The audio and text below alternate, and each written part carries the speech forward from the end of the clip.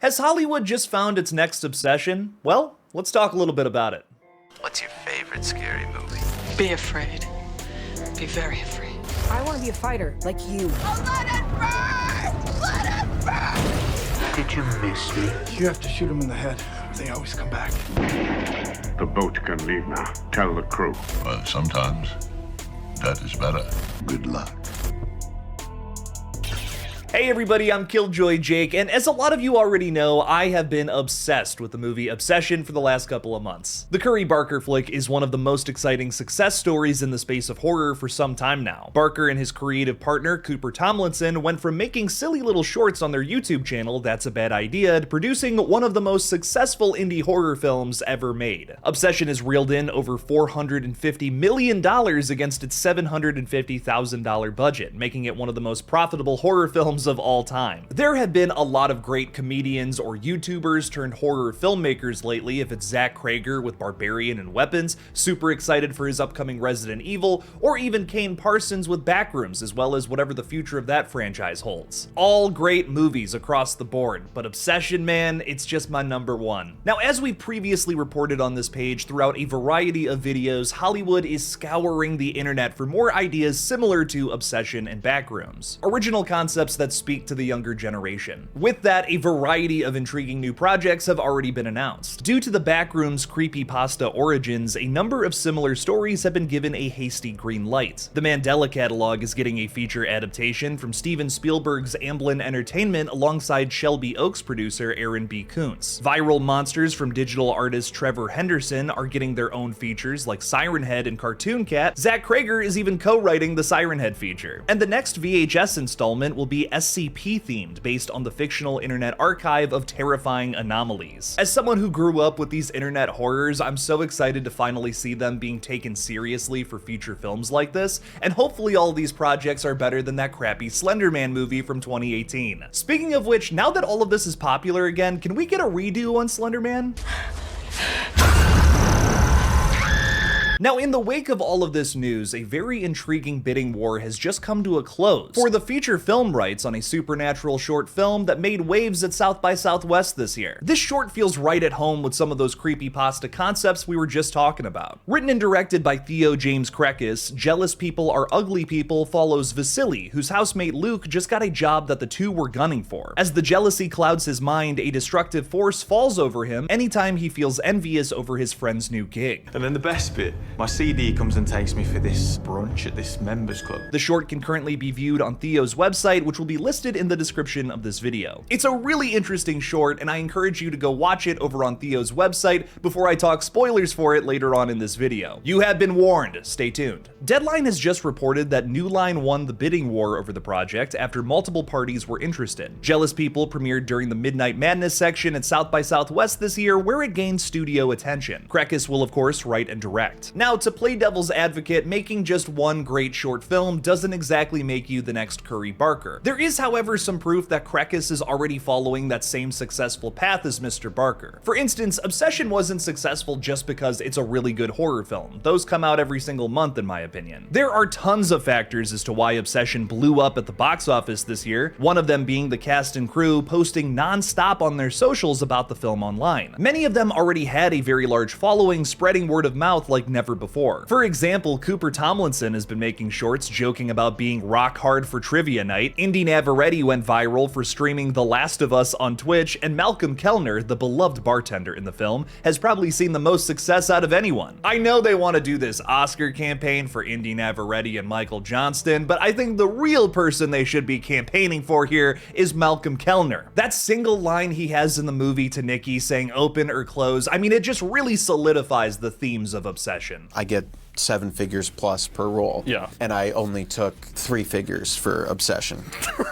Jokes aside here, if you make something really great like Obsession, it's gonna get in front of more eyes if you have a ton of people with large followings talking about it. While that may seem obvious, movies like Obsession and especially Markiplier's Iron Lung are proof that if you just keep talking about it continuously, non-stop, almost to the point where you're being obnoxious, more and more people are going to check out your thing. 2026 has been a staple year for the horror horror genre, but I think one of the biggest things we can take away here is that marketing is really everything. A movie like Obsession deserves the love and praise that it's getting, but let's not also forget about the insane marketing campaign for Scream 7 that won that film over $200 million. And I don't think it's too crazy of a take to say that that was a piece of shit. If your movie is good on top of some outrageous marketing, you have an Obsession success story. Now, with all of that being said, I do think there's more to it than just marketing. We're seeing studios invest in filmmakers like how they used to with IPs. That seems to be a way of the past. Now we're focusing on filmmakers as if they're their own IP to begin with. Diving a little deeper into that, just like Curry Barker, Theo James Krekis here already has a number of projects he's working on outside of this feature adaptation. New Line Temple Hill and The Fold will produce his first feature, but his second feature is currently in development over at BBC Film. He also has three, not one, not two, three original series in development with Clerkenwell Films too, and is even working with the creator of Peaky Blinders on another series after all of that. This guy is booked and busy, and I think that makes sense because studios have a lot of faith in whatever this first feature is about to be. Just like a good franchise in the past, people are investing in horror creatives like this to see whatever they do next. It's the same draw to a sequel to one of your favorite films. Of course you're gonna see it. I loved Obsession, for instance, and whatever Curry Barker does next, I'll be there day one for it. Speaking of which, let's just talk about some of Curry Barker's upcoming projects. Curry is currently in post-production for his next feature titled Anything But Ghosts. The horror comedy features Barker and Cooper Tomlinson in the lead roles, alongside Aaron Paul, Bryce Dallas Howard, and Violet McGraw supporting. It's been described as Key and Peele walk into Hereditary, so I'm sure it's gonna deliver on that same dark humor and even some of the surrealist horror of Obsession. After that, Barker will helm the next installment in the Texas Chainsaw Massacre franchise for A24, and has even struck up a deal to produce a third feature for Universal after that. Studios are shifting the way they do things in a really unique way, investing in people like Curry Barker, Theo James Krekis, Kane Parsons, Dylan Clark is another name I think we're all about to be talking about next year, Ian Tewison, who dropped Undertone this year and has a Paranormal Activity sequel dropping next year. So why is Hollywood shifting away from making new sequels and established IPs to just going all in on creatives who have some cool ideas? I personally think it's because Hollywood is structuring itself more like the internet. We're hearing that young people watch more YouTube than they do Netflix. Why is that? It's because YouTube is free and it's better. Instead of making franchise continuations and IPs that none of the young people really care about anymore, it just makes way more sense to focus on content creators and people who make some really cool shit that's already here on the internet, but of course with a lot more money. I think it's very apropos that all of these ideas coming from the internet are not only just turning into big blockbusters at the theater, but also changing the way that Hollywood greenlights movies. They're looking for promising filmmakers like Theo James Krekis and just putting all these different projects in front of them. So will this Jealous People feature adaptation be the next Obsession? And could Theo James Krekis be the next Curry Barker, the next Zach Krager?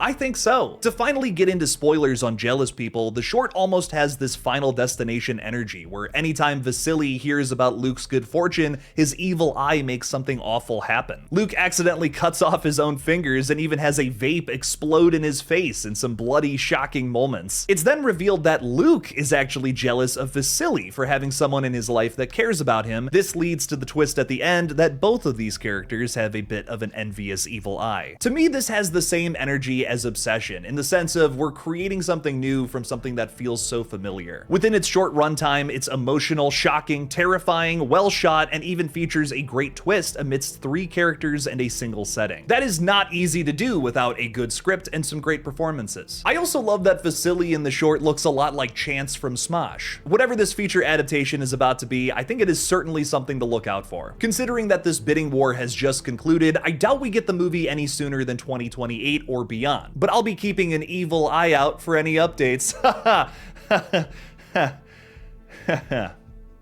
Before we wrap up today's video, please make sure to like it and subscribe to this page for more updates on the most exciting horror projects. You can also listen to horror updates on Spotify while you're on the go. Also, the best way to support this channel is by becoming a patron over on Patreon. Over there, you can find a ton of bonus content like reactions to various horror TV shows and movies. We're currently watching Dexter and Hannibal with multiple episodes going up there a week. No, what? Check it out by clicking on the link in the description below. One final plug and I'll shut the heck up. Please make sure to also check out my film channel, Human Egg Productions, where we're currently posting horror and comedy short films every Friday. If you like slashers especially, check out the gory short I wrote and directed called Chicken Man.